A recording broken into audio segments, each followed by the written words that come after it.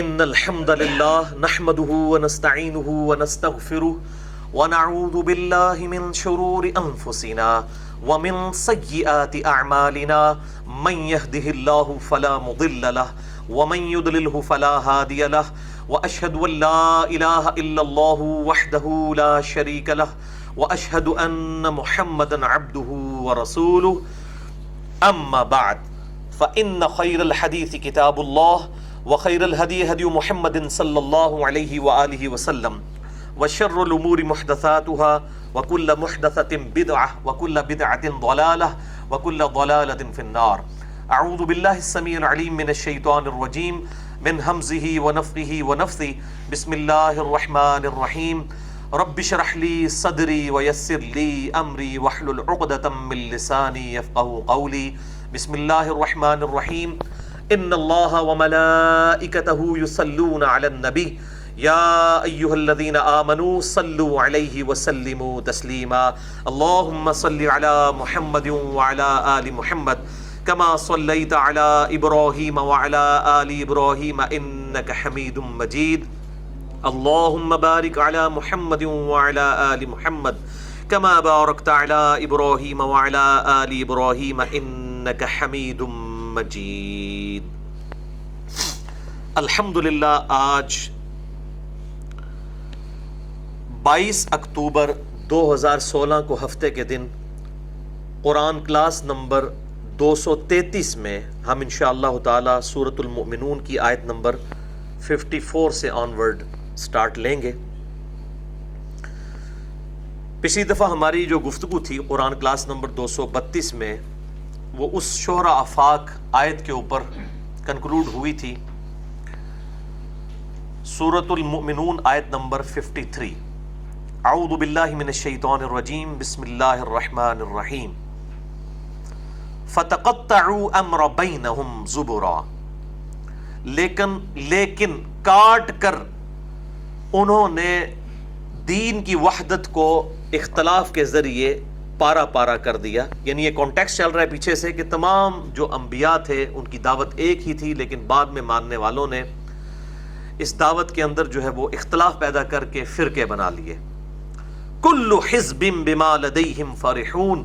اور ہر ایک گروہ اس بات پر خوش ہے جو اس نے پکڑا ہوا ہے. یہ تعویل خاص کے اعتبار سے یہ آیت جو ہے سورۃ المؤمنون آیت نمبر 53، کل حزب بما لدیہم فرحون، ہر گروہ اس پر خوش ہے جو اس کے پاس ہے. تعویل خاص کے اعتبار سے یہ آیت جو ہے وہ یہود و نصارہ کے بارے میں ہے. ان کو یہ مان تھا کہ ہم جن لوگوں کے ساتھ ہماری نسبت ہے، ہم ابراہیمی ہیں، ابراہیم علیہ السلام قیامت والے دن ہمارے مددگار ہوں گے، عیسیٰ علیہ السلام ہمارے مشکل کشا ہوں گے، حضرت موسیٰ علیہ السلام ہمیں بچا لیں گے. یہ ان کے عقائد و نظریات تھے. اور پھر ان کے اندر بھی آگے فرقے تھے. یعنی اس وقت تو کرسچنز کے اندر جو مین دو عقائد تھے وہ پروٹیسٹنٹ جو آج کل کے ماڈرن ہیں، اس وقت وہ جیکوبائٹس یعنی یعقوبیہ کہلاتے تھے، جو عیسیٰ علیہ السلام کے لیے ڈیوینٹی کلیم کرتے تھے، ان کو خدا مانتے تھے. اور دوسرے جو تھے وہ کیتھولک تھے، وہ آج بھی موجود ہیں، اکثریت انہی کی ہے، جو حضرت عیسیٰ علیہ السلام کو اللہ کا بیٹا مانتے ہیں. تو اللہ تعالیٰ نے ان کا رد کیا سورۃ المائدہ کے اندر بڑی ڈیٹیل کے ساتھ. مسئلہ نمبر 90 میرا ریکارڈ ہے یہود و نصارہ کو قرآن حکیم کی دعوت حق کے نام سے. اس میں میں نے کراس ریفرنس کے طور پہ تمام آیات کوٹ کی ہیں اسی کانٹیکسٹ میں. تو وہ بھی آپس میں ایک دوسرے کو گمراہ سمجھتے تھے، اور جس کے پاس جو چیز تھی وہ اس کے اوپر خوش تھا. اسی طریقے سے یہودی تھے، وہ اس بات کے اوپر خوش تھے کہ ہم اللہ تعالیٰ کے محبوب اور لاڈلے ہیں، بنی اسرائیل کے اوپر من و سلوہ نازل ہوا، ہماری یہ کوالٹیز ہیں. اور معذرت کے ساتھ سیم وہی بیماری اس امت کے اندر بھی موجود ہے. صحیح بخاری اور صحیح مسلم کی متفقن علیہ حدیث ہے، اور مشکات میں بھی آپ کو 3 جلد کے اندر لوگوں میں تغیر اور تبدل کا بیان، اس میں آپ کو پہلی فصل میں بخاری اور مسلم کے ریفرنس سے یہ حدیث مل جائے گی کہ آپ صلی اللہ علیہ وآلہ وسلم نے فرمایا تم بھی اگلے لوگوں کی راہ پر چل پڑو گے، قدم بقدم بالشت بر بالشت. اگر اگلے لوگوں میں سے کوئی گوہ کے سوراخ میں داخل ہوا تو تم بھی وہی کام کرو گے. صحابہ اکرام علیہم رضوان نے پوچھا یا رسول اللہ صلی اللہ علیہ وآلہ وسلم، کیا یہ جو اگلے لوگ گزر چکے ان سے مراد یہود و نصارہ ہیں؟ آپ نے فرمایا صلی اللہ علیہ وآلہ وسلم کہ اگر وہ لوگ مراد نہیں تو پھر کون سے لوگ مراد ہیں؟ سیم بیماریاں، سیم جو عقائد و نظریات کی گمراہیاں ہیں وہ اس امت کے اندر بھی آئیں گی، نعوذ باللہ من ذالک۔ اور ان میں سے ایک یہ بھی تھی، کل حزب بما لدیہم فرحون، ہر گروہ اس کے اوپر خوش ہے جو اس کے ہاتھ میں ہے۔ اس کو ذرا آپ انالیسس کرنا شروع کریں اپنی امت کا، یعنی ہماری امت کے اندر ایک بہت بڑی دو تفریقیں اہل سنت اور اہل تشیع کی ہو گئیں شروع ہی میں، اور وہ ڈویژنز آپ دیکھیں وہ آج تک وہ رکھنا فل نہیں ہو سکا۔ دونوں طرف سے زیادتیاں ہوئیں، اور اہل سنت نے اہل تشیع کے مقدمے کو سمجھنے کی کوشش نہیں کی، اہل تشیع نے اہل سنت کے مقدمے کو سمجھنے کی کوشش نہیں کی۔ اس کی وجہ سے دونوں ایکسٹریمز کے اوپر چلے گئے، حتیٰ کہ اس وقت دنیا میں وہ لوگ بھی موجود ہیں جو صحابہ اکرام علیہم رضوان کے اوپر لعنت کرتے ہیں، نعوذ باللہ من ذالک، اہل تشیع میں جو رافضی ہیں، اور دوسری طرف وہ لوگ اہل سنت کے اندر موجود ہیں جو کہ اہل تشیع کے بغض میں نعوذ باللہ من ذالک یزید کو رحمہ اللہ، حسین کو باغی، اور سیدنا علی رضی اللہ تعالیٰ عنہ کی شان کو معاویہ کے مقابلے پہ گھٹانے کی کوشش کرتے ہیں، ناسبی۔ یعنی دونوں ایکسٹریمز پھر آ گئی، تو یہ دو تفریقیں ہوئیں۔ اب اگر ان کے پاس آپ جائیں نا تو سیم آپ کو یہ چیز نظر آئے گی، کل حزب بما لدیہم فرحون، ہر گروہ اس کے اوپر خوش ہے جو اس کے ہاتھ میں ہے۔ یعنی اہل تشیع سے آپ جا کر ملیں گے، وہ کہیں گے جی آپ ہم سے کیا پوچھتے ہیں، صحیح مسلم میں 4 حدیثیں ہیں فضائل علی والے چیپٹر میں، انٹرنیشنل نمبر کے مطابق 6225 سے 6228 تک، کہ آپ صلی اللہ علیہ وسلم نے فرمایا میں 2 چیزیں چھوڑ کے جا رہا ہوں، قرآن اور اہل بیت۔ وہ ڈیٹیل سے حدیث ہے، میں اب ٹائم نہیں ہے کہ اس کو بیان کروں۔ وہ کہتے ہیں ہم نے تو اہل بیت کو پکڑا ہوا ہے، یہ آپ لوگ ہیں جو یزید کو رحمہ اللہ کہتے ہیں، ہم تو اہل بیت کے ساتھ چل رہے ہیں اور یہی ہمارے کام آئیں گے۔ اچھا دوسری طرف آپ اگر اہل سنت کے پاس آ جائیں تو وہ کہیں گے کہ جی دیکھیں جی آپ صحیح مسلم کے اندر حدیث موجود ہے، میرے صحابہ کو برا مت کہو۔ وہ بھی آدھی حدیث بتائیں گے، پوری وہ بھی نہیں بتائیں گے 6488 کہ وہ صحابہ کس، وہ صحابہ کو ہی کہا گیا تھا۔ جب خالد ابن ولید نے جذبات میں عبد الرحمن بن عوف کو گالیاں دی تھی تو آپ صلی اللہ علیہ وسلم نے فرمایا اب تم بعد میں جو مسلمان ہوئے ہو تم میرے صحابہ کو گالیاں دے رہے ہو۔ یعنی صحابہ تو دونوں تھے، لیکن آپ صلی اللہ علیہ وسلم نے تفریق کی کہ جو بعد میں لوگ مسلمان ہوئے اب اگلے سینئرز کو تو گالیاں نہ دیں، اگر تم میں سے کوئی احد پہاڑ کے برابر بھی سونا خیرات کر دے تو وہ ایک مد جو میرے اصحاب نے یعنی مشکل وقت میں جنہوں نے میرا ساتھ دیا انہوں نے خیرات کیا 600 گرام بنتا ہے، اس کے آدھ کو بھی 300 گرام کو بھی نہیں پہنچ سکتے۔ تو کہتے ہیں دیکھیں یہ رافضی تو صحابہ کو گالیاں دیتے ہیں، یہ ان کی تنقیص کرتے ہیں، ہم جو ہے وہ یہ نہیں کرتے۔ تو ہر ایک نے نہ کوئی چیز پکڑی ہوئی ہے۔ آپ پھر اہل سنت میں بھی تفریق میں آ جائیں تو آپ آ جائیں پہلے بریلویوں کے پاس، وہ کہیں گے دیکھیں جی جو اہل حدیث ہیں انہوں نے صرف توحید پکڑی ہوئی ہے، جو دیوبندی ہیں وہ صرف صحابہ کو لے کے چل رہے ہیں، اور ہم دیکھیں ہم تو اللہ کو بھی مانتے ہیں، رسول کو بھی مانتے ہیں صلی اللہ علیہ وسلم، ہم تو صحابہ کو بھی مانتے ہیں، ہم تو اہل بیت کو مانتے ہیں، ہم بزرگوں کو بھی مانتے ہیں، ہم تو ساروں کو مان رہے ہیں، دیکھیں ہمارے پاس تو سارے ہیں۔ اچھا آپ دیوبند کے پاس جائیں گے وہ آپ کو کہیں گے جی ٹھیک ہے بریلوی مانتے ہیں لیکن یہاں وہ جو ہے شرک کر جاتے ہیں، ان میں یہ خرابیاں موجود ہیں، ہم دیکھیں ہم صحابہ کو مانتے ہیں، ٹھیک ہے جی۔ اور اہل حدیث کے پاس آئیں گے وہ کہیں گے جی اصل بنیاد تو توحید ہے، دیکھیں کہ ہم دیکھیں توحید کو مان رہے ہیں، اصل چیز یہ ہے، یہ باقی لوگ تو توحید کے اندر کمزور ہیں۔ یعنی انہوں نے اب یہ سمجھ لیا اب توحید آ گئی، اب باقی چیزوں کی ضرورت ہی کوئی نہیں۔ یعنی ہر ایک نے نا، یعنی شیعہ نے سمجھ لیا کہ محرم کے اندر ہم نے جلوس نکال لیے، اپنی ایفیلیشن شو کر دی، اب ہمیں پورا سال کوئی کام کرنے کی ضرورت نہیں۔ بریلویوں نے سمجھ لیا ہمیں میلاد کے اندر جلوس نکال کے عشق رسول کا تقاضا، وہ کہتے ہیں دیکھ لیں جس کو محبت تھی وہ آج نکلا ہوا ہے 12 ربیع الاول پہ، جو لوگ بکس رکھنے والے تھے آج گھروں میں بیٹھے ہوئے ہیں، الٹا اس کو بدعت کہہ رہے ہیں۔ اب انہوں نے ہر چیز ایک اینالوجی فٹ کی ہوئی ہے، اور کل حزب بما لدیہم فرحون، ہر گروہ اس کے اوپر خوش ہے جو اس کے پاس ہے۔ تو اسی طریقے سے یہ سب کی سب فرقہ واریت چل رہی ہے۔ تو اس میں یہ چیز دیکھنی چاہیے کہ آج تک ویلڈ ہے، ہر گروہ اس پر خوش ہے جو اس کے ہاتھ میں ہے۔ تو یہ جو چند چیزیں پکڑی ہوئی ہیں نا، ان کی بجائے پورا دین ٹوٹیلٹی میں پکڑا جائے، توحید کو بھی لیا جائے، عظمت صحابہ کو بھی لیا جائے، عظمت اہل بیت کو بھی لیا جائے، اور صحیح العقیدہ جو اولیاء اللہ ہیں، صحیح العقیدہ جنہوں نے اپنی عبادت نہیں کروائی بلکہ توحید کا درس دیا ہے، ان کا احترام کیا جائے۔ تو یہ سب کی سب چیزیں پیرلل میں، اور کسی کے معاملے میں غلوف نہ کیا جائے۔ اور آپ دیکھیں یہ بڑی تفریق سیدنا علی کے اوپر ہونی تھی، تو یہ پرٹیکولر حدیث ہے ہی سیدنا علی کے بارے میں۔ یعنی اکثر لوگ مجھے پوچھ رہے ہوتے ہیں جب ہم کسی کو حدیث شیئر کراتے ہیں نا صحیح مسلم کی کہ علی سے محبت نہیں رکھے گا مگر مؤمن، علی سے بغض نہیں رکھے گا مگر منافق، صحیح مسلم کتاب الایمان چیپٹر انٹرنیشنل نمبر کے مطابق 240 نمبر، تو کہتے ہیں جی یہ حدیث حضرت علی کے بارے میں، لیکن فٹ تو سب پہ ہوتی ہے. یار اگر فٹ سب پہ ہوتی تھی تو نبی صلی اللہ علیہ وسلم نے باقیوں کے بارے میں یہ کیوں نہیں کہہ دیا؟ You are trying to teach your prophet. تم اپنے نبی کو یہ سمجھانا چاہتے ہو کہ تم سے یہ غلطی ہوئی ہے، تمہیں علی کا نام نہیں باقیوں کا بھی نام لینا چاہیے تھا. بھائی نبی کو یہ بات پتا تھی کہ جو اہل حق گروہ ہوں گے ان میں سیدنا علی کنٹراورشل بن جائیں گے. یعنی وہ بڑی جو تفریق ہے سنی اور شیعہ کی، اس میں اہل سنت کو ہی حق پہ مانتا ہوں. یعنی اہل تشیع کی تکفیر نہیں کرتا، ان کو میں ان کی غلطیوں کی اصلاح کی کوشش کرتا ہوں، اور سنیوں میں بھی جو ناسبی گھسے ہیں ان کی بھی اصلاح کرنے کی کوشش کرتا ہوں. لیکن بہرحال میں اہل سنت کے مقدمے کو اہل تشیع پر پرائورٹی دیتا ہوں. میرا کلپ بھی چڑھا ہوا ہے اس کے اوپر. تو اب چونکہ اہل سنت کو میں حق پہ سمجھتا ہوں، اہل سنت کے اندر یہ بگاڑ آنا تھا. بیسیکلی سنیوں کو یہ حدیث سنائی گئی تھی کہ علی سے محبت نہیں رکھے گا مگر مؤمن، علی سے بغض نہیں رکھے گا مگر منافق. کہ تسی بندے دے پتر بن جائیو تو آڈے ہی جے رولا نہ بن جائے علی دے بارے. شیعہ میں تو بغض کا سوال ہی نہیں پیدا ہو رہا نا، وہ تو محبت میں غلو والا معاملہ چل رہا ہے نا. یہاں پر جو ہے نا وہ مسئلہ تھا، تو پھر علی کو ٹارگٹ کیا پروفٹ نے صلی اللہ علیہ وآلہ وسلم.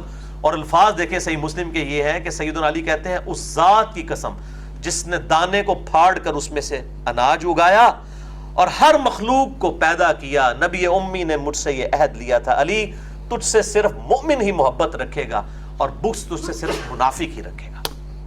اب محبت علی کا یہ مطلب نہیں ہے کہ وہ آپ ان کی محبت میں غلوب کر کے نعوذ باللہ من ذالک ان کو خدا کے درجے کے اوپر فائز کرتے ہیں، یہ بھی مطلب نہیں ہے. لیکن اس میں بغض بھی نہیں ہونا چاہیے کہ علی کے مقابلے پہ جو لوگ کھڑے ہوئے ان کو بلند کرنا شروع آپ کر دیں اور علی کو نیچا کرنا شروع کر دیں شیعہ کی وجہ سے. تو یہ بھی ایکسٹریمزم نہیں ہونا چاہیے. تو یہ اہل سنت کے لیے بہت بڑا لمحہ فکری ہے اس اعتبار سے سیدنا علی کے معاملے میں. اور انہی کے بارے میں پھر حدیث ہے فضائل صحابہ میں صحیح سند کے ساتھ 2 روایتیں موجود ہیں. احمد بن حنبل کی کتاب فضائل صحابہ موقوفاً سیدنا علی سے، اس کی مرفوع روایت بھی ہے مسند احمد میں اور طبرانی میں، لیکن وہ ضعیف ہے. موقوفاً سیدنا علی کا قول ہے کہ میری وجہ سے 2 گروہ گمراہ ہوں گے، ایک میری محبت میں غلوف کر کے اور ایک میری دشمنی میں غلوف کر کے. اور یہ محدثین کا پیٹ رول ہے کہ جب کبھی کوئی غیبی خبر کوئی صحابی بیان کرے، یہ امپلائڈ ہوتا ہے کہ اس کو نبی نے بتایا تھا، کیونکہ نبی کے علاوہ تو کسی کے پاس غیبی خبر نہیں آتی. اور دوسری روایت فضائل صحابہ احمد بن حنبل میں آتی ہے کہ میری وجہ سے 2 گروہ دوزخ تک پہنچ جائیں گے، ایک میری محبت میں غلوف کر کے اور ایک میری دشمنی میں اس حد تک آگے بڑھ جائیں گے کہ وہ دوزخ میں چلے جائیں گے، یعنی رافضی اور ناصبی. اور ابھی بھی آپ دیکھ لیں یعنی نصیریہ فرقہ جو اہل تشیع میں ہے، اثنا عشری کی بات نہیں کر رہا، نصیریہ جو شام کے اندر، وہ سیدنا علی کے لیے خدا کا عقیدہ رکھتے ہیں نعوذ باللہ من ذالک. اس حد تک وہ آگے چلیں گے. اور یہاں پر بھی آپ دیکھ لیں کہ اہل سنت کے اندر ایسے ناسبی اور ہر دور میں ناسبی پیدا ہوئے. ہمارے جیلم شہر میں جو ناسبیت کا امام ہے وہ ادھر اس سے واکنگ ڈسٹنس پہ ہماری اکیڈمی سے مسجد ہے باب بگے کی، اس میں اہل حدیث مسجد کا خطیب تھا. وہ فیض عالم صدیقی قتل ہو گیا بعد میں، اپنے انجام کو پہنچ گیا. تو یہ آپ دیکھ لیں پوری زندگی اہل حدیث کے خطیب رہا ہے وہ. اب بھی اس کا بیٹا جو ہے وہ سرگودا میں اہل حدیث مسجد کی امامت کروا رہا ہے. پھر اہل حدیث کہتے ہیں ہم ان کو آن نہیں کرتے تو ان کو مسجدوں سے ٹھوڈے مار کے نکالیں. اس کے مقابلے پہ اگر کوئی بخاری مسلم سے صحیح حدیثیں بیان کر دے علی کے مخالفین کے بارے میں جو بخاری مسلم نے لکھی ہیں، تو اس کو کہتے ہیں یہ تو گستاخ ہو گیا جو حدیثیں بیان کر رہا ہے، اور جو جعلی باتیں کر رہے ہیں وہ چکے. تو اب یہ جو بیماری آ گئی، میں آپ کو بتاؤں سنیوں کے اندر یہ اتنی بڑی بیماری گھس چکی ہے کہ آپ اہل سنت کے اندر اگر حضرت علی کو نیچا کریں گے نا، آپ کو کوئی فتویٰ نہیں لگائے گا. بڑا خوش ہوں گے، اللہ شیری دیں گے کہ ہاں شیعہ نو نیوا دکھا رہا ہے. لیکن اس کے مقابلے پہ جو علی کے مقابلے میں واقعی نیچا تھا، جس کے بارے میں حدیثیں تھیں، معاویہ بن ابی سفیان رضی اللہ تعالیٰ عنہ، ان کی غلطیاں بخاری مسلم سے جو امام بخاری مسلم نے لکھی ہیں، انجینئر محمد علی مرزا صاحب نے نہیں لکھی، وہ آپ بیان کریں، دیکھیں آپ کو جناب ٹھوڈے مار کے نکال دیں گے. تو ہم کہتے ہیں کہ چور کو نہ مارو، چور کی ماں کو مارو. یعنی امام بخاری امام مسلم کے اوپر فتویٰ لگا کے ان کو پہلے اہل سنت سے باہر نکالیں، اس کے بعد میری باری آئے گی. تو آپ دیکھیں کس طرح غیر محسوس طریقے سے. اس لیے آپ دیکھیں جو لوگ بھی سیدنا علی کے خلاف بکواس کر رہے ہوں گے نا اہل سنت میں، تو آپ کبھی نہیں دیکھیں گے ان کا مقابلہ کرنے کے لیے ان میں سے کوئی بندہ اٹھے، نیور. اور جو اٹھے گا اس کے اوپر فتویٰ لگا دیں گے. مولانا مودودی رحمہ اللہ اٹھے تو کہہ دیا 1 مودودی 100 یہودی. دیکھیں اس کے مقابلے پہ فیض عالم صدیقی اس کے خلاف آپ کو کوئی کتاب نہیں ملے گی. آج تک اہل حدیث علماء اپنی کتابوں میں اس کی کتابوں کے حوالے دیتے ہیں, نہیں نکالا. ایک شیخ زبیر علی زئی صاحب نے تھوڑی ہمت کی, اور وہ بھی آپ ان کی بات کریں تو وہ ویسے ہی مولویوں کے پیٹ میں پیڑ ہونے, اور نہیں یہ وہ تفرد کا شکار ہے, ان کو چھوڑ دیں جی, ان کی بات نہ کریں. تو یہ کتنے غیر محسوس طریقے سے کل حزب بما لدیہم فرحون. تو یہ میں باتیں تو اس پہ بڑی لمبی ہو سکتی ہیں, اور اسی لیے کل میں نے یعنی سنڈے والے دن فل ڈے سیشن رکھا ہوا ہے شیعہ سنی کنفلکٹ کے اوپر یہیں پہ اکیڈمی میں. کوسچن آنسر سیشن انشاءاللہ 4 سے 5 گھنٹے کی نشست ریکارڈ ہونے جا رہی ہے انشاءاللہ تعالی, اور اس میں ہم نے کافی سارے سوال یعنی لکھے ہیں, اور جو فیڈ بیکس ملتی تھیں مختلف لوگوں کو, اس اعتبار سے ہم نے وہ ساری چیزیں جمع کی ہوئی ہیں, اور انہی ٹاپکس کے اوپر ڈسکشن. یہ میں نے اس لیے بتا دیا کہ بعد میں پھر ہم بتاتے ہیں, کہتے ہیں جی دسیا نہیں سی, اسی بھی آ جاندے. تو یہ دعوت میں نے اسی درس کو اس میں نہیں ڈسکس کیا, اسی لیے ورنہ تو لمبا ہو جاتا. صرف بتا رہا ہوں کہ کل اتوار والے دن ہم یعنی ظہر کی نماز یہاں پر 1 بجے پڑھیں گے انشاءاللہ تعالی. اس کے بعد مغرب تک یہ سیشن چلے گا. تو وہ تو 3-4 لوگ جو کریٹیکل ہیں جنہوں نے سوال کرنے ہیں, چونکہ ویڈیو ریکارڈنگ ہونی ہے, تو جو سوالات کرنے والے ہیں, جن کو سوالات آتے ہیں, جو ہمارا دعوت کے کام کو لے کے چل رہے ہیں, ان کو ہی میں نے 4-5 لوگوں کو ہی بلایا ہوا ہے. باقی لوگوں کے لیے پھر ذرا مینیج کرنا مشکل ہو جاتا ہے, سب لوگوں کو بلا لیں. تو بہرحال اپنے شوق سے جس نے آنا ہے آئے, بیٹھے, پوری کی پوری گفتگو جس نے سننی ہے تو وہ کل 1 بجے ظہر کی نماز ہماری اکیڈمی میں پڑھے. تو انشاءاللہ مغرب تک یہ نشست چلے گی.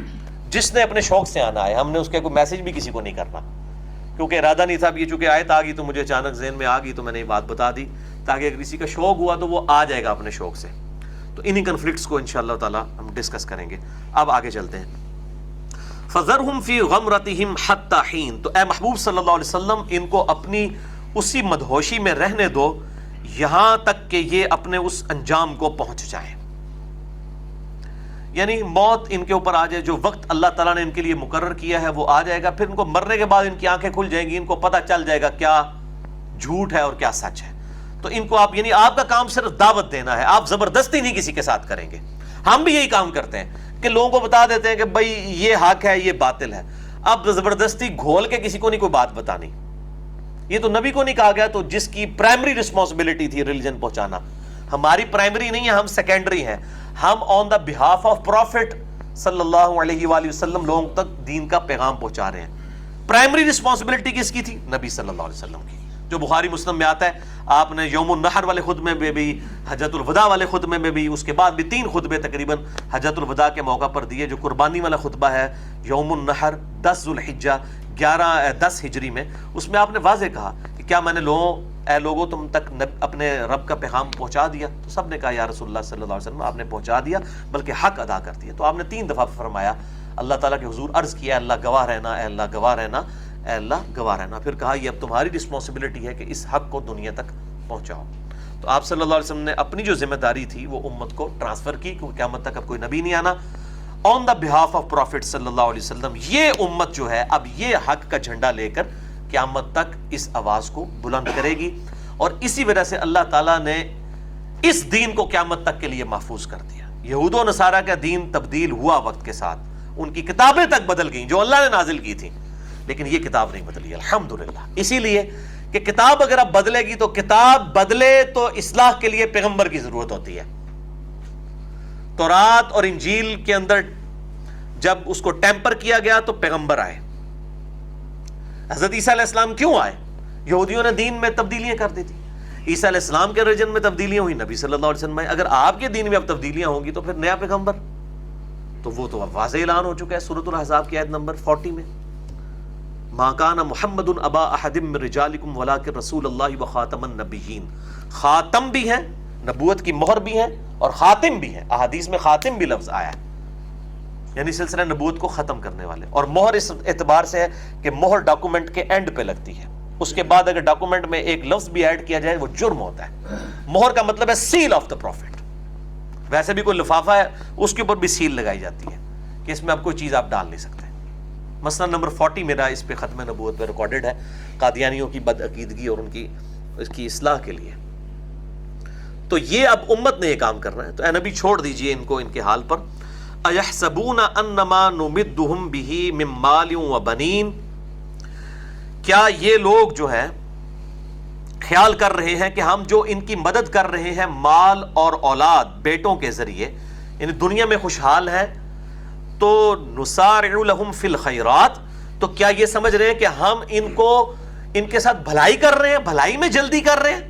یعنی دنیا میں لوگ سمجھتے ہیں جس کے پاس مال اور اولاد اور اچھا سٹیٹس آ گیا تو وہ جو ہے وہ اللہ تعالیٰ کا محبوب ہو گیا. اللہ تعالیٰ ماتا یہ محبوب ہونا سمجھ رہے ہیں، بل لا یشعرون، لیکن ان کو اصل میں تو حقیقت پتہ ہی نہیں ہے کہ دنیا میں کوئی سٹیٹس کا مل جانا اس چیز کا پیش خیمہ تو نہیں ہے کہ اللہ کی بارگاہ میں کوئی مقبول بارگاہ ہو گیا ہے. نعوذ باللہ.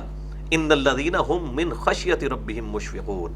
اب سائملٹینیس کنٹراسٹ بتایا جا رہا ہے کہ بے شک وہ لوگ جو اپنے رب کے خوف سے ڈرتے رہتے ہیں، والذین هم بآیات ربہم یؤمنون، اور وہ لوگ جو اپنے رب کی آیات کے اوپر ایمان رکھتے ہیں، والذین هم بربہم لا یشرکون، اور وہ لوگ جو اپنے رب کے ساتھ کسی کو شریک نہیں ٹھہراتے، والذین یؤتون ما آتوا وقلوبہم وجلہ، اور وہ لوگ جو کہ ہمارے دیے ہوئے مال میں سے ہماری راہ میں خرچ کرتے ہیں اس حال میں کہ ان کے دل ڈر رہے ہوتے ہیں، ڈر رہے ہوتے ہیں کہ پتہ نہیں قبولیت ہوتی ہے کہ نہیں ہوتی. انہم الی ربہم راجعون، کہ انہیں بے شک اپنے رب کے پاس لوٹ کر آنا ہے. ڈر رہے ہوتے ہیں کہ یہ جو کچھ ہم کر رہے ہیں پتہ نہیں یہ بھی قبول ہوتا ہے کہ نہیں. یعنی جن لوگوں کو، وہ اس کو پنجابی میں سے ہی کہا جاتا ہے نا، عقل نہ ہوئے تے موجاں ہی موجاں، عقل ہوئے تے سوچیں ہی سوچاں. یعنی جس کو عقل ہے نا وہ تو ہر ٹائم ٹینشن میں رہے گا، اور جس کو عقل نہیں ہے وہ کہے گا جی خیر ہے جی جو کچھ بھی ہے تیرے محبوب کی امت سے، اللہ نو ساڑی نمازاں تے نہیں چاہیے جی، وہ یہ باتیں کرے گا. اور جس کو عقل ہوگی وہ سب کچھ کر کے بھی کہے گا پتہ نہیں میں اس کی شان کر سکوں کہ نہیں، ڈرتا رہے گا. اب قرآن کسی نے پڑھا ہو تو اس کو پتا ہونا کہ قرآن کس طرح کے بندوں کو چاہتا ہے. یہاں ہم لوگوں کے ساتھ کوئی ذرا خوف خدا کی بات کریں تو وہ کہتے ہیں جناب آپ تو اللہ کی رحمت کے منکر ہیں. یعنی اللہ تعالیٰ جو ہے وہ مطلب ہماری نمازوں پہ ہے، فرشتے اتنے سارے ہیں اس کی عبادت کرنے کے لیے، یعنی وہ فرشتوں کا محتاج ہے، یہ بتانا چاہ رہے ہوتے ہیں. تو اڑا نہیں ہے، فرشتیاں ہے. دیکھو یعنی غیر محسوس طریقے سے کتنی بڑی بونگی مار رہے ہوتے ہیں، اور کفر میں یہ بات چلی جاتی ہے جی فرشتے تھوڑے نے. یعنی مراد یہ ہے کہ اللہ تعالیٰ نعوذ باللہ فرشتوں کی عبادت کا، اللہ تو ان کا بھی محتاج نہیں ہے. اللہ تعالیٰ تو جو ہے وہ لم یلد ولم یولد ولم یکن لہ کفوا احد، اللہ الصمد ہے، بے نیاز ہے، اسے تو پرواہ ہی نہیں کسی کی. تو یہ بات کرتے ہوئے بھی کتنے بڑی بونگی مار جاتے ہیں، بلنڈر کر جاتے ہیں. تو میرے بھائیو اللہ تعالیٰ نے تو واضح قرآن میں فرمایا وما خلقت الجن والانس الا لیعبدون، ہم نے جنوں اور انسانوں کو نہیں پیدا کیا مگر فقط اس لیے کہ وہ ہماری عبادت کریں. اب بڑی یہ پوائنٹ نوٹ کرنے والی بات ہے، یہ نہیں کہا کہ ہمیں مانے، مان تو سب رہے ہیں، کوئی گاڈ کہہ کے مان رہا ہے، کوئی خدا کہہ کے مان رہا ہے، کوئی اللہ کہہ کے مان رہا ہے، کوئی بھگوان کہہ کے مان رہا ہے، کوئی سپریم بینگ کہہ کے مان رہا ہے، کوئی super natural agency supreme authority کہہ کے مان رہا ہے، ہر ایک مان رہا ہے، کریٹر کہہ کے کوئی مان رہا ہے، لیکن اللہ کو مان رہے ہیں، اللہ کی نہیں مان رہے. اور قرآن کہتا ہے اللہ کی ماننی ہے، اس کی عبادت کرنی ہے. اور عبادت کہتے ہیں محبت کے ساتھ ٹوٹل اوبیڈینس گاڈ کی، اللہ کی فل اطاعت اور تابع فرمان بن جانا محبت کے ساتھ.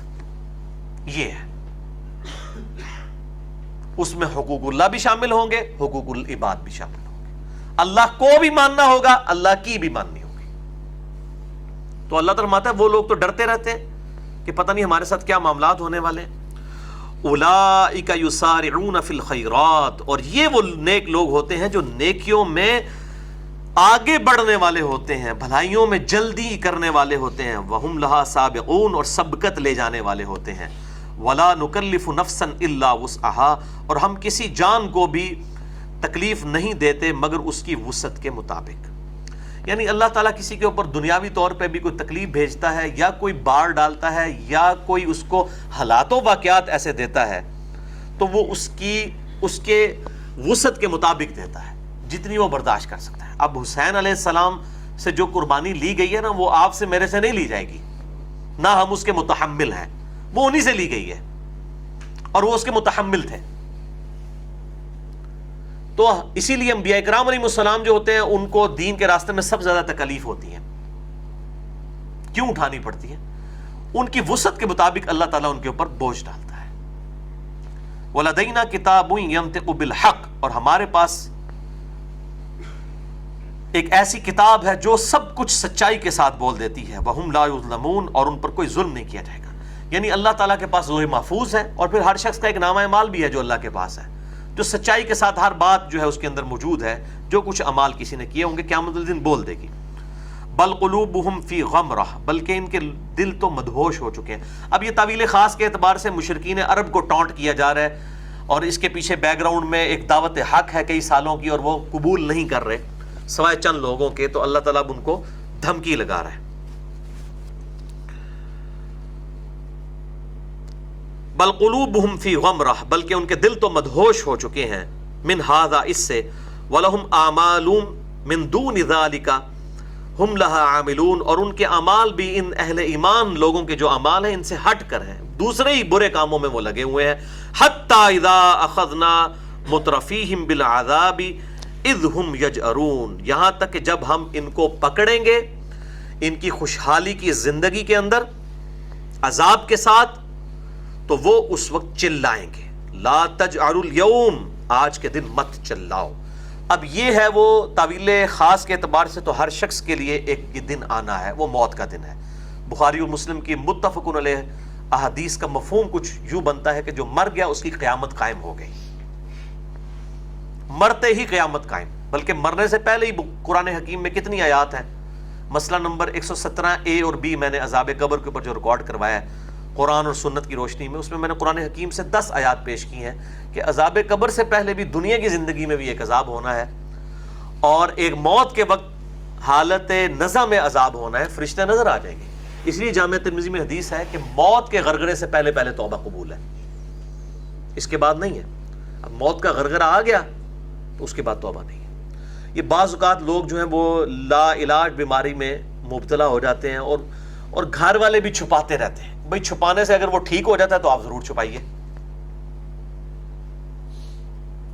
اس طرح کی کبھی کسی کو بیماری ہو جائے اسے فوراً بتا دینی چاہیے بات، مرنا تو ہر بندے نے۔ اگر کسی کو کینسر ہو جاتا ہے تو لوگ گھر والے چھپاتے رہتے ہیں، نہیں جی اس کو بتانا نہیں۔ اچھا اگر بتانے سے کوئی وہ 50 سال اور زندہ رہ جاتا ہے پھر بے شک نہ آپ بتائیں، اس کے ساتھ نیکی کریں، اس کو بتا دیں تاکہ وہ کم از کم اگر اس کے چند ہفتے چند مہینے باقی ہیں تو اپنا قبلہ درست کر لے، تو بڑا یعنی موت کے غرغرے سے پہلے پہلے وہ تیاری کر سکتا ہے، اس کے لیے کتنا بڑا ایک چانس موجود ہے، تو بتا دینی چاہیے ایسی چیز۔ تو موت کے غرغرے سے پہلے پہلے تو اللہ تعالیٰ فرماتا ہے وہ دن آ جائے گا، پھر اس وقت کیا ہوگا جب ہم ان کو پکڑ لیں گے تو اللہ تعالیٰ فرماتا ہے تو وہ چلائیں گے، اللہ تعالیٰ کی طرف سے ندا ہوگی، لا تجأروا اليوم، آج کے دن مت چلاؤ، انکم منا لا تنصرون، آج بے شک ہماری طرف سے تمہاری کوئی مدد نہیں کی جائے گی۔ قد کانت آیاتی تتلی علیکم، بے شک وہ وقت یاد کرو کہ جب میری آیات تم پر پڑھ کے سنائی جاتی تھیں دنیا کی زندگی میں، فکنتم علی اعقابکم تنکسون، تو تم ایڑیوں کے بل لوٹ جایا کرتے تھے۔ اب یہ نہ سمجھے یہ کوئی یہودیوں اور عیسائیوں اور ہندوؤں کے بارے میں، یہ جسے فٹ اسے گفٹ۔ مسئلہ نمبر 154 میں نے ریکارڈ کروا دیا ہے، جو کہتے ہیں یہ بتوں کے بارے میں آیات ہیں، یہ فلاں کے بارے میں آیات ہیں، میں نے پھر بتائی وہ سب۔ قرآن حکیم کی آیات رولز ہیں، جسے فٹ اسے گفٹ۔ اگر قرآن حکیم میں اس وقت کے جو کافر تھے نبی صلی اللہ علیہ وسلم کی شان میں گستاخی کرتے تھے، ان کو اللہ تعالیٰ نے جن برے القابات کے ساتھ نوازا ہے، آج اگر کوئی مسلمان بھی وہ گستاخی کرے گا وہ اس پہ القابات فٹ ہوں گے۔ یہ نہیں ہو اس وقت نہیں کوئی کہے گا جی یہ تو کافروں کے بارے چاہے مسلمان گستاخی کر سکتے ہیں، یہ کوئی نہیں کہے گا اس وقت۔ اب بتائیں نبی صلی اللہ علیہ وسلم کے زمانے میں کس مسلمان نے حضور کی گستاخی کی ہے؟ کوئی ایک ذرا بتائیں نا۔ تو پھر یہ جتنی آیات قرآن حکیم میں گستاخی والی ہیں، جتنی احادیث ہیں، یہ تو کافروں کے بارے میں، مسلمانوں کے بارے میں تو ہے ہی نہیں ہے، تو یہ مولوی کو مسلمانوں میں فٹ کر رہے ہیں۔ پھر تو اس وقت ان کو پھر وہی رول یاد آ جائے گا، نہیں جی قرآن اب دیکھیں نا، قرآن تو رولز ہیں، جسے فٹ اسے گفٹ۔ تو وہ اپنی باری جب آتی ہے تو یہ رولز ہی بدل لیتے ہیں۔ تو یہ سب کے سب ان لوگوں کے باروں میں ہے جو لوگ اللہ کی آیات سے روگردانی کرتے ہیں اور اللہ کی آیات کو پس پش ڈال دیتے ہیں۔ حتیٰ کہ سورۃ الفرقان کی آیت نمبر 30 میں آیا وقال الرسول یا رب ان قوم اتخذوا هذا القرآن مہجورا، قیامت والے دن نبی صلی اللہ علیہ وسلم شکایت کریں گے کہ اے اللہ میری امت نے قرآن کو پیٹھ کے پیچھے ڈال دیا تھا۔ یعنی نبی صلی اللہ علیہ وسلم کی شکایت جو ہے وہ ہمیں نہیں بتائی جاتی ہے، ہمیں کہا جاتا ہے شفاعت ہوگی، یعنی شکایت والا معاملہ قرآن میں ہے، شفاعت کا تو اشارتاً قرآن میں ہے، احادیث میں ڈیٹیل ہے، یہ شکایت والا تو صراحتاً سورۃ الفرقان آیت نمبر 30 19ویں پارے کے پہلے پیج کے اوپر یہ آیت موجود ہے کہ رسول اللہ صلی اللہ علیہ وسلم اللہ کو شکایت کریں گے کہ میری امت نے قرآن کو چھوڑ دیا تھا۔ اب جس کی شکایت ہو گئی ہے تو اس کی تو پھر پھینٹی لگ گئی نا، نعوذ باللہ من ذالک، اللہم اجرنا من النار، اللہم اجرنا من النار، اللہم اجرنا من النار، آمین۔ تو اللہ تعالیٰ فرماتا ہے کہ میری آیات تیرے پاس آئی تھیں لیکن تو ایڑیوں کے بل پیچھے لوٹ گیا تھا، مستکبرین، تکبر کرتے ہوئے تم لوگ یہ حرکتیں کرتے رہے، بھی اس کے ساتھ سامنن تہجرون، اور تم داستان سرائی کرتے رہے، قرآن کی شان میں بکواسات ہی کرتے رہے، یعنی قرآن کو سیریسلی ہی نہیں ہے۔ تو یہ تکبر کا ذکر آپ کو قرآن حکیم میں جب کبھی بھی کافروں کا، اور کافر سے مراد عملی کافر بھی اور اعتقادی کافر بھی، یہ بھی کافروں کی بھی دو قسمیں ہیں، یہ میرا کلپ بھی چڑھا ہوا ہے مسئلہ 146 سے کاٹ کے، عملی کافر اور اعتقادی کافر۔ اعتقادی کافر کون ہے؟ ہندو ہیں، عیسائی ہیں، یہودی ہیں۔ عملی کافر کون ہے؟ مسلمانوں کے اندر جو قرآن کو مان رہے ہیں، قرآن کی نہیں مان رہے، نبی علیہ السلام کو مان رہے ہیں، ان کی نہیں مان رہے، وہ عملی کافر ہیں۔ تو یہ دونوں کے بارے میں جب بھی قرآن حکیم میں ذکر آئے گا تو ذکر آئے گا یہ تکبر کرنے والے تھے دنیا میں، یعنی تکبر سے ہمارا فوراً خیال آتا ہے کہ شاید کسی نے گریبان کھولا ہوگا، ادھر کوئی زنجیر لٹکائی ہوگی، باواں چنگیاں ہوں گیاں، او تکبر والا ہوئے گا، مچھوں کو تائے دیا۔ قرآن حکیم کی ٹرم میں یہ تکبر جو بیان ہوا ہے وہ تو بالکل کچھ اور چیز ہے۔ صحیح مسلم میں حدیث ہے، اور مشکات میں بھی تکبر والے چیپٹر میں آپ کو یہ حدیث مل جائے گی پہلی فصل میں، کہ آپ صلی اللہ علیہ وآلہ وسلم نے فرمایا کہ جس کے دل میں رائی کے دانے کے برابر بھی تکبر ہوا وہ جنت میں نہیں جائے گا۔ اب صحابہ کرام پریشان ہو گئے، انہوں نے پوچھا یا رسول اللہ صلی اللہ علیہ وسلم، بسا اوقات انسان کی خواہش ہوتی ہے کہ اس کے کپڑے اچھے ہوں، اس کا لباس اچھا ہو، اس کی جوتیاں اچھی ہوں، یعنی وہ آج کے یعنی آپ لینگویج میں کہیں کہ وہ گیٹ اپ میں اچھا دکھنا چاہتا ہے، تو کیا یہ تکبر ہے؟ تو آپ صلی اللہ علیہ وآلہ وسلم نے فرمایا کہ تکبر یہ نہیں ہے، اللہ بھی خوبصورت ہے اور خوبصورتی کو پسند فرماتا ہے، تکبر یہ ہے کہ تم دوسروں کو حقیر سمجھو اور حق بات سے اناد کرو۔ دوسروں کو حقیر سمجھنا کیا ہے؟ آپ نے مہنگا لباس پہنا ضرور پہنے، لیکن اس کی بنیاد پہ کسی سے نفرت نہ کریں۔ یعنی نماز پڑھتے ہوئے اگر ایک پھٹے پرانے کپڑوں والا اور مزدوری کے کپڑوں میں ملبوس شخص آپ کے ساتھ آ کے نماز میں پاؤں سے پاؤں ملاتا ہے اور نماز میں کھڑا ہوتا ہے، اور آپ کے کپڑے جو ہیں وہ آپ کلف لگا کے کاٹن پہنی ہوئی ہے، تو آپ کے دل میں خیال نہ آئے یا آپ گھن محسوس نہ کریں اس معاملے میں۔ اس کو بھی یہ یاد کرنی چاہیے کہ اس قسم کے بھی کپڑے پہن کے مسجد میں نہ آ جائے جس میں بدبو آئے۔ بدبو والے کپڑوں کی اجازت نہیں ہے۔ گندے کپڑے کو پہن کے آتا ہے اس میں نماز ہو جائے گی، بدبو دار نہیں ہونے چاہیے۔ وہ تو پیاز کھا کے مسجد میں آنے سے منع کیا گیا، یعنی ایک کوئی بندہ جو ہے وہ کسی مشین کے اوپر کام کرتا ہے تو گریس کپڑوں پہ لگ گئی ہے اس طرح کی، یا پینٹ کرتا ہے اس کے کپڑوں پہ پینٹ لگا ہے، اس میں بدبو والا چکر تو نہیں ہے، اس کا تو مسئلہ ٹھیک ہے۔ لیکن ایک بندہ جو ہے اس کے کپڑوں میں بدبو ہے، اس کو مسجد میں اس طریقے سے آنے کی اجازت نہیں ہے کہ وہ آ کے اس طرح کے معاملات کرے۔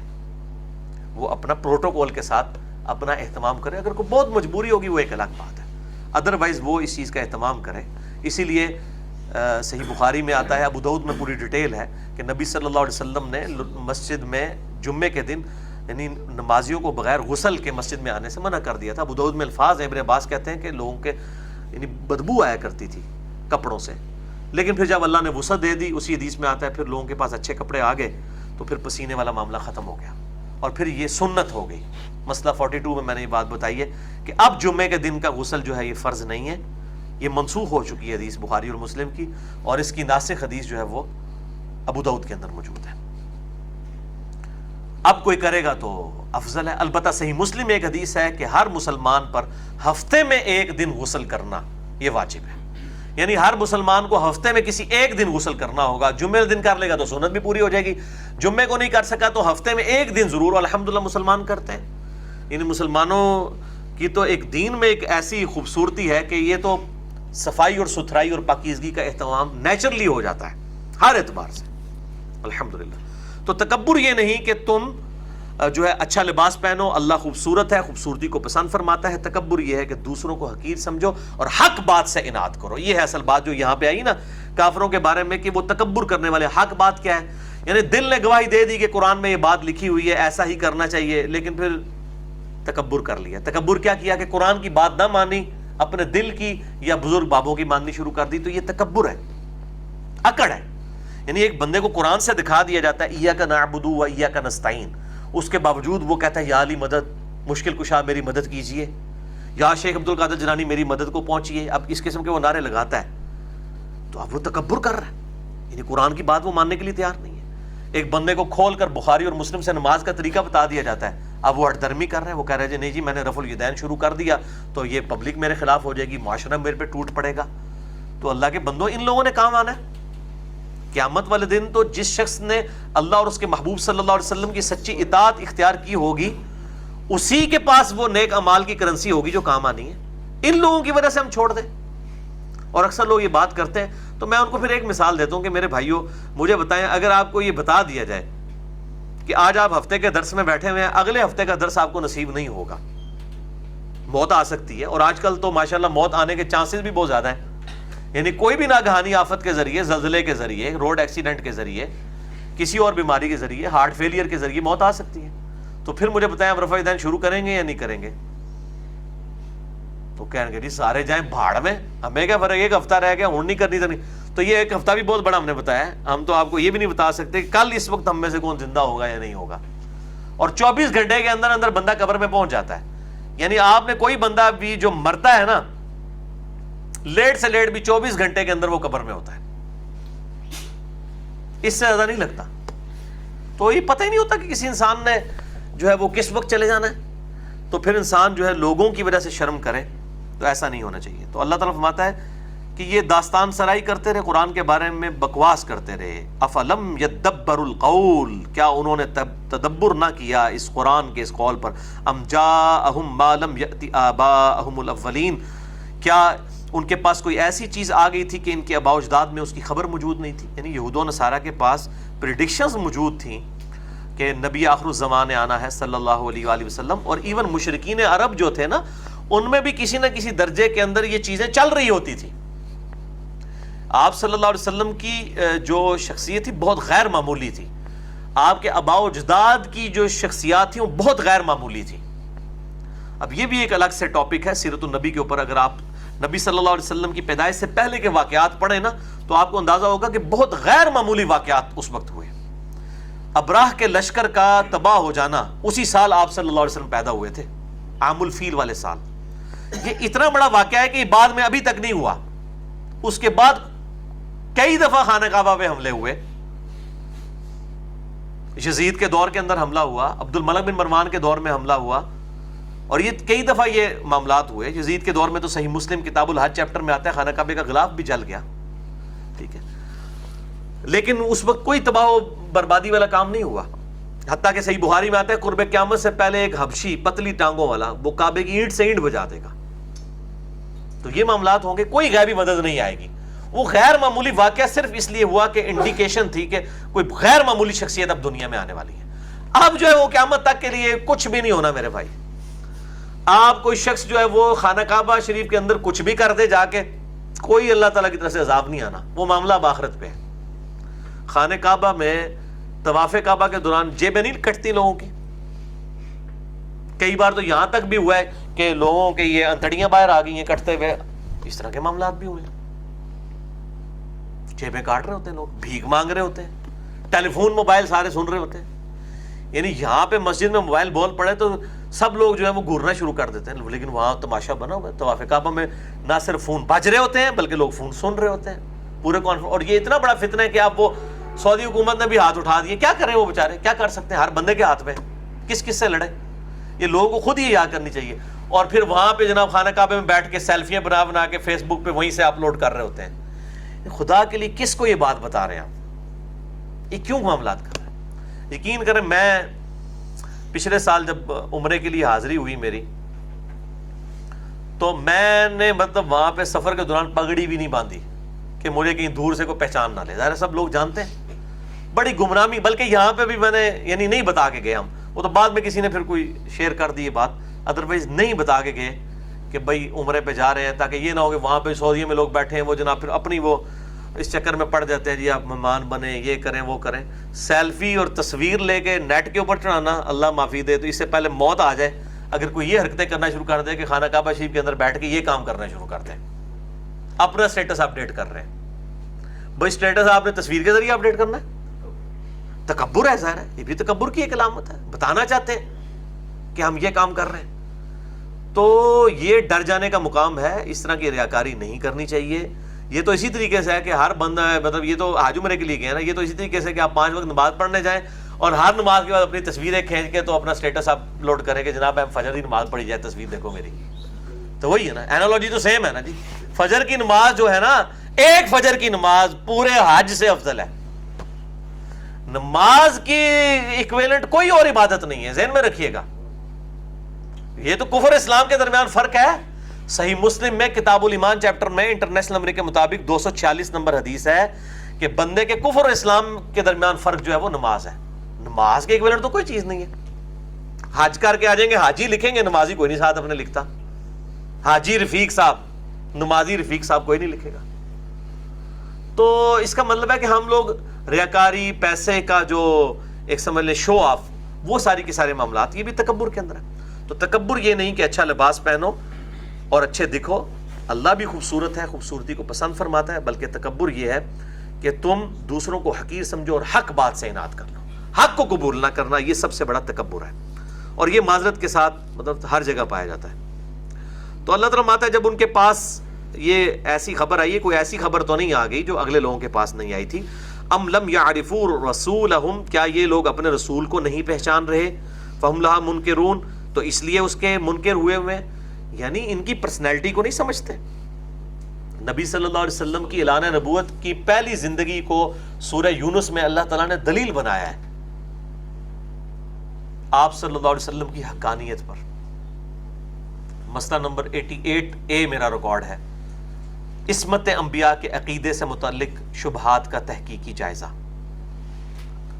تو یہ آپ صلی اللہ علیہ وسلم کی جو 40 سال کی زندگی ہے لیونر ایئرز کے اعتبار سے، اس میں اسٹیبلش کروایا گیا آپ کا کریکٹر. اس لیے آپ صحیح بخاری میں دیکھیں نا، جب آپ صلی اللہ علیہ وسلم نے اناؤنسمنٹ کی ہے اور مشرکین عرب کو جمع کر کے اور کہا کہ اگر میں کہوں کہ اس پہاڑ کے پیچھے سے فوج آ رہی ہے تو تم مانو گے. اب اس وقت یہ بڑی چیز، یہی خطرہ ہوتا تھا نا، قبائلی سسٹم تھا، ایک قبیلہ دوسرے پہ حملہ کر کے اس کی ساری چیزیں پہ قبضہ کر لیتا تھا. اس وقت تو یہی ان کو مثال دینی پڑتی تھی نا. تو پہاڑ پہ چڑھنے کے لیے بھی آدھا گھنٹہ چاہیے، پھر وہاں سے کوئی دیکھے گا تو ان کا ہم تحقیق نہیں کریں گے، ہمیں پتہ ہے آپ نے کبھی جھوٹ بولا ہی نہیں ہے. تو آپ صلی اللہ علیہ وسلم فرمایا تو پھر یہ تیاری کر لو کہ اللہ تعالیٰ نے دنیا میں کسی مقصد کے لیے بھیجا ہے، تمہیں مرنے کے بعد اپنے اعمال کا حساب دینا ہے. یعنی ایک وہ بڑا جو معاملہ ہے وہ پیشی کا ہونے والا ہے. یہ تو چھوٹا ڈر ہے نا کسی فوج کا حملہ کر دینا، وہ بڑی پیشی اللہ کے بارگاہ میں ہونے والی ہے. تو سب کے سب لوگ ناراض ہو گئے، انہوں نے کہا جی اس کام سے سانو بلایا سی. اب دیکھیں ایک لمحے میں تکذیب کر دی. تو اللہ تعالیٰ اسی چیز کو کہہ رہا ہے کہ یہ لوگ ان کو پہچان نہیں رہے ہیں، یعنی یہ وہی پیغمبر ہے، نعوذ باللہ ان کا پورا کریکٹر تمہارے سامنے، اب انہوں نے جھوٹ بولنا شروع کر دینا. اور سورہ یونس میں آتا ہے نبی تم ان سے فرماؤ میں اتنا عرصہ تم میں رہا ہوں، کبھی تم نے مجھ سے پہلے کوئی ایسی بات سنی ہے؟ یعنی بچپن سے، جس کو آج کی ماڈرن لینگویج میں آپ کہیں گے کہ بغیر تمثیل کے بیان کر رہا ہوں، کہ کسی شخص میں کوئی لیڈرشپ کے جراثیم پائے جاتے ہیں، دیکھیں کبھی اس طرح کی چیز؟ یعنی شروع سے آپ کی انتہائی سوشل لائف، لوگوں کی بکریاں چرانا، لوگوں کے کام آنا، لیڈرشپ والا تو معاملہ ہی کبھی نہیں تھا آپ صلی اللہ علیہ وسلم کا. حالانکہ آپ کے دادا جو ہیں وہ لیڈر تھے وہاں کے، عبد المطلب، لیکن آپ کے اندر اس طرح کی کوئی چیز نہیں تھی. آپ تو غریبوں کا، بیواؤں کا، یتیموں کا سہارا بنا کرتے تھے، اور اس وقت یہ چیز نہیں ہوا کرتی تھی. جو لیڈر ہوتے تھے وہ تو اپنی توہین سمجھتے تھے اس طرح کے کمزور لوگوں کے پاس بیٹھنا. تو آپ کے اندر تو کوئی ایسے معاملات ہے ہی نہیں تھے. اے نبی ان سے فرماؤ اتنا عرصہ میں تم میں رہا ہوں، کیا تم نے مجھ سے پہلے ایسے کوئی چیز دیکھی؟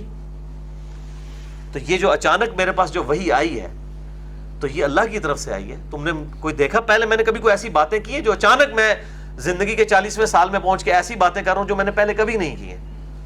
اور اگر اللہ نہ چاہتا تو میں تم کو اس قرآن پر مطلع نہ کرتا. یہ اللہ کی مرضی. یہ سورہ یونس کے اندر 15 نمبر آیت آن ورڈ آپ پڑھ کے دیکھ لیجیے. تو یہاں پر بھی اللہ تعالیٰ فرما رہا ہے کہ اپنے رسول کو یہ پہچانتے نہیں ہیں، اس لیے ان کے منکر ہو رہے ہیں.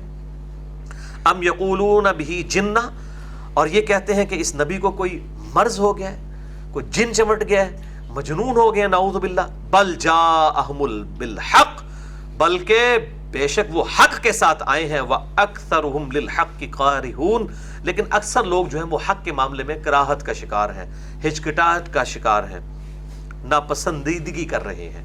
اردو میں لفظ کراہت استعمال ہوتا ہے ناپسندیدگی.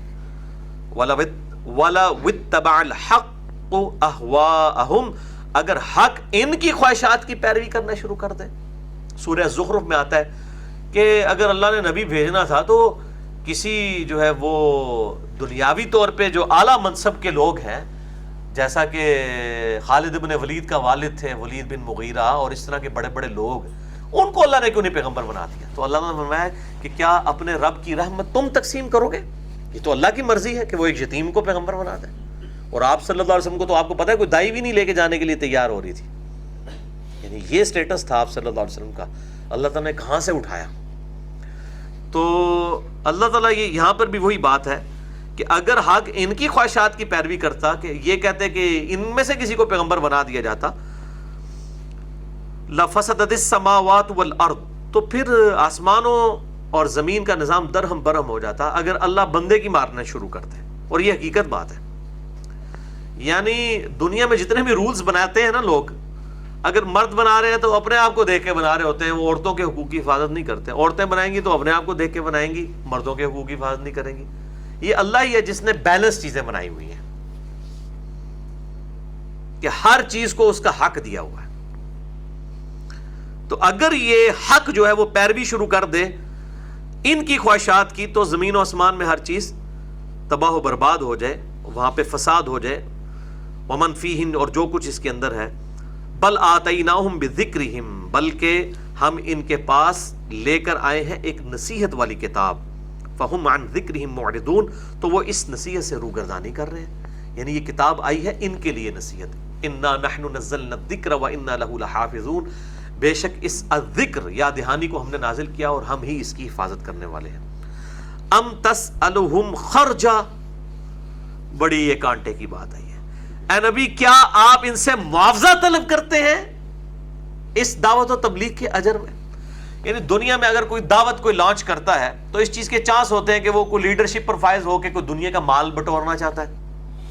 حالانکہ ہمارے نبی صلی اللہ علیہ وسلم کی زندگی اعلان نبوت سے پہلے کی زندگی اگر آپ دیکھیں، وہ دنیاوی سٹیٹس کے اعتبار سے بہترین زندگی تھی بنسبت بعد کی زندگی کے. آپ ایک کامیاب تاجر تھے، مکے کی امیر ترین عورت کے ساتھ آپ کی شادی ہوئی تھی، ایک پوری ڈائنامک لائف گزار رہے تھے. اور بعد میں بخاری اور مسلم اٹھا کے دیکھیں، دونوں میں حدیث ہے.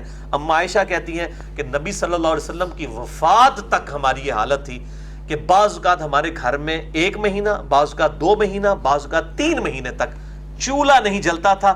2 کالی چیزوں پر گزارا ہوتا تھا، کھجور اور پانی. اور کھجور بھی یہ نہ سمجھیے گا ٹوکرے نہیں، 2 کھجوریں صبح 2 شام، 1 پانی کا پیالہ صبح 1 شام. اس وقت تو پانی بھی ایشو تھا نا عرب کے اندر.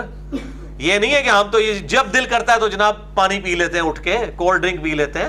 وہاں پانی بھائی صبح مشکیزے میں بھر کے کلومیٹرز کے فاصلے سے لے کے آنا ہے میٹھا پانی، تو پانی بھی کیلکولیٹڈ ہوتا تھا. انے وہاں نہیں سی ہوتا کہ جناب روزہ کھولے آتے ہیں جناب پورا ٹپ شربت بنا چھڑا ہے. یہ کام نہیں ہوتے تھے اس وقت. پانی میٹھا بڑی مشکل سے اویلیبل ہوتا تھا. اور آج بھی آپ نے یہ منظر دیکھنا ہے تو آپ انٹیریئر سندھ میں، انٹیریئر بلوچستان میں چلے جائیں، کتنا بڑا ایشو ہے پانی. صرف پینے والا پانی میں بات کر رہا ہوں، بہت بڑا ایشو ہے. 2 کالی چیزوں پر گزارا ہوتا تھا.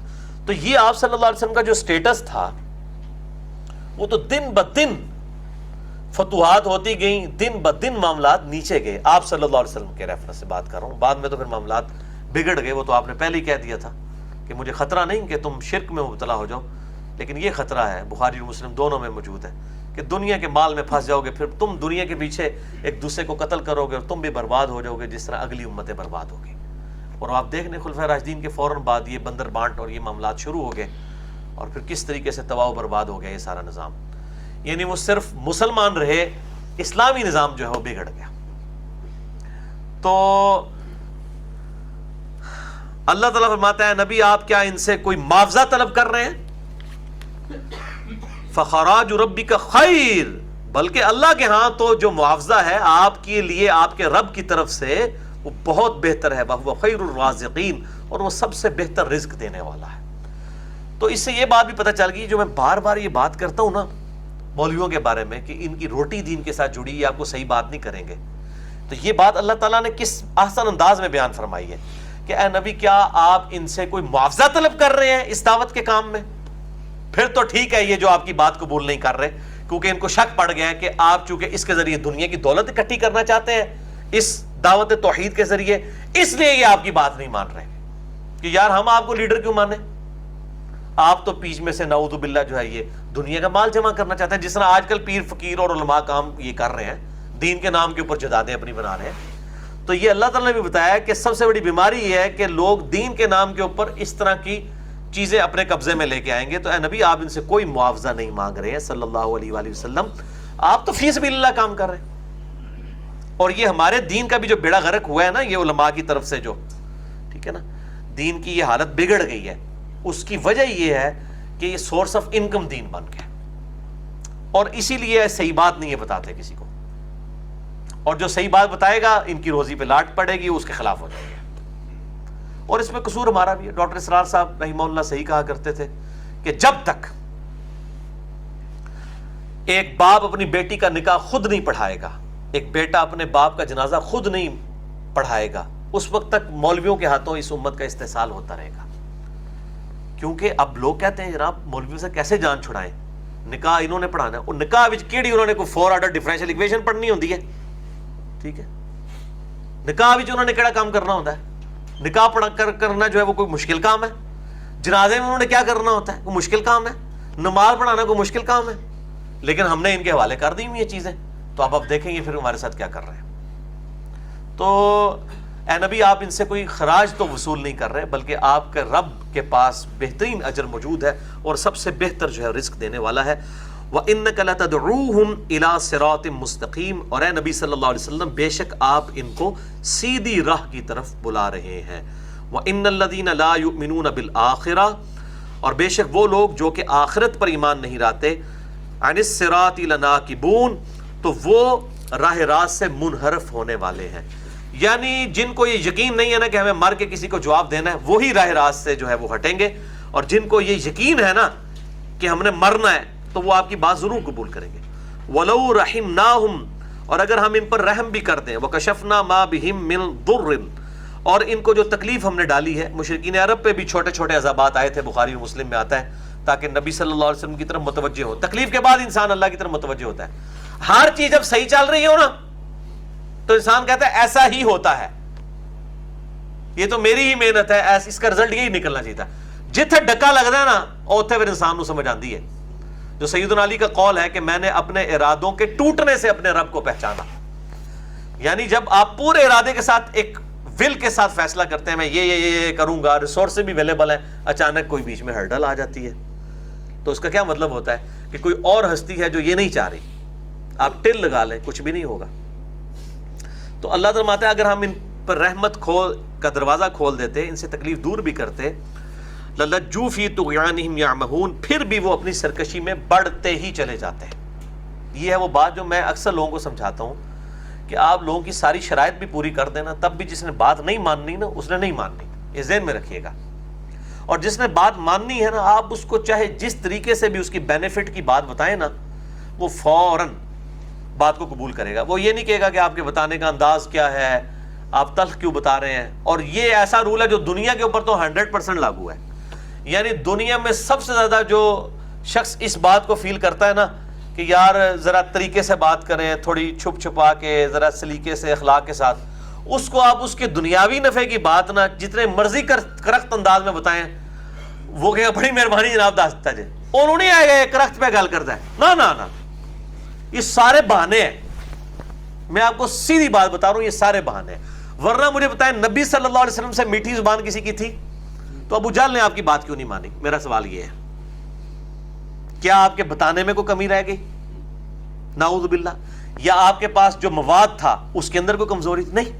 جو بات نہیں ماننا چاہتے وہ نہیں مانیں گے، اور جو بات ماننے والے ضرور حق بات، لیکن بات حق ہونی چاہیے، ٹھیک ہے، کڑوی بے شک ہو بات حق ہونی چاہیے, بات پوری ہونی چاہیے.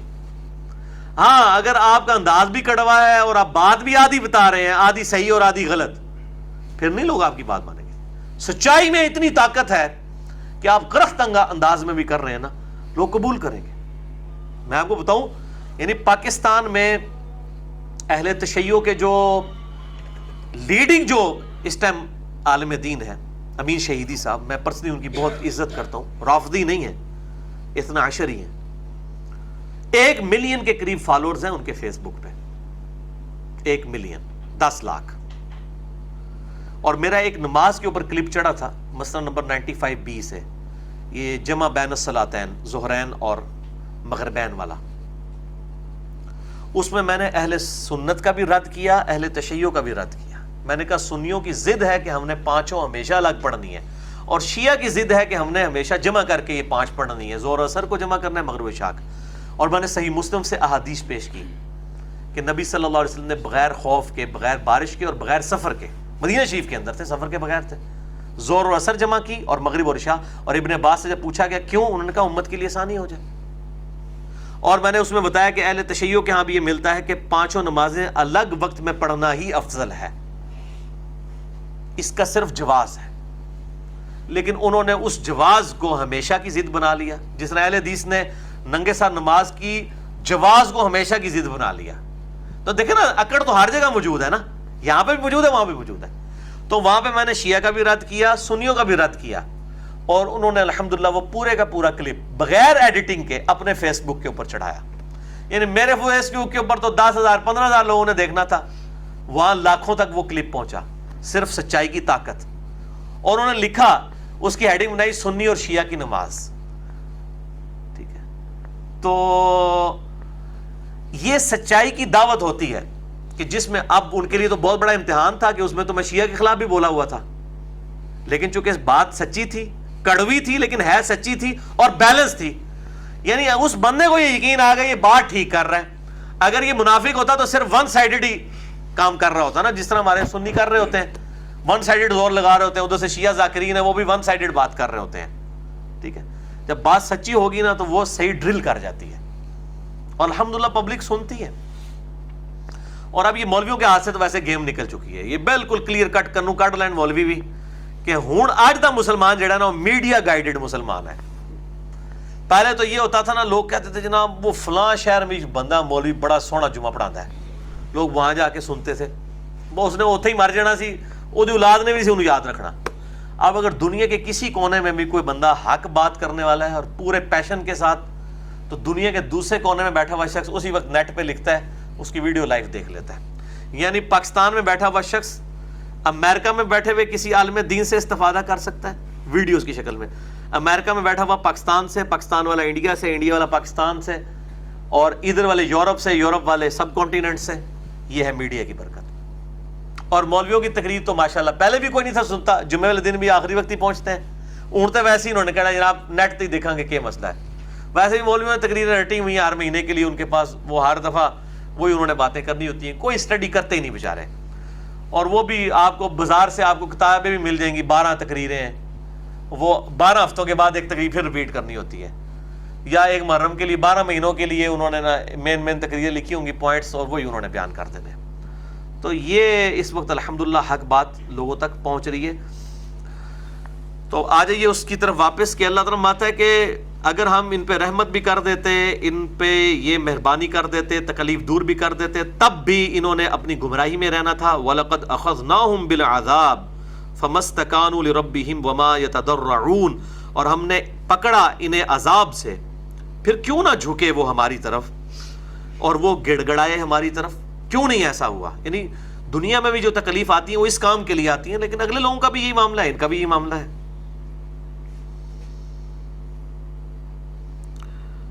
حتی اذا فتحنا علیہم بابا, یہاں تک کہ جب ہم نے کھول دیں گے ان کے اوپر جو ہے دروازے, ذا عذاب, عذاب کے, شدید عذاب کے, اذا ہم فیہ مبلسون, تو پھر وہ اس وقت بالکل مایوس ہو کر رہ جائیں گے. اس وقت پھر ان کی کوئی سنوائی نہیں ہوگی, اس وقت وہ پھر جتنا بھی زور لگائیں, چیخیں, چلائیں, کوئی فائدہ نہیں ہوگا. موت کے غرغرے سے پہلے پہلے جس نے حق بات قبول کر لی اس کا حق بات قبول کرنا ہی اس کو نفع دے گا، ادروائز اس کے لیے کوئی اس اعتبار سے نفع نہیں ہوگا۔ اللہ تعالیٰ سے دعا ہے جو حق بات میں نے کہی اللہ تعالیٰ ہمارے دلوں میں راسخ فرمائے، اگر جذبات میں میرے منہ سے کوئی غلط بات نکل گئی تو اللہ تعالیٰ ہمارے دلوں سے محو کر دے، ہمیں کتاب و سنت کی تعلیمات پر عمل کر کے دوسرے بھائیوں تک پہنچانے کی توفیق عطا فرمائے۔ سبحانک اللہم و بحمدک، اشہد ان لا الہ الا انت، استغفرک و اتوب الیک، وما علینا الا البلاغ المبین۔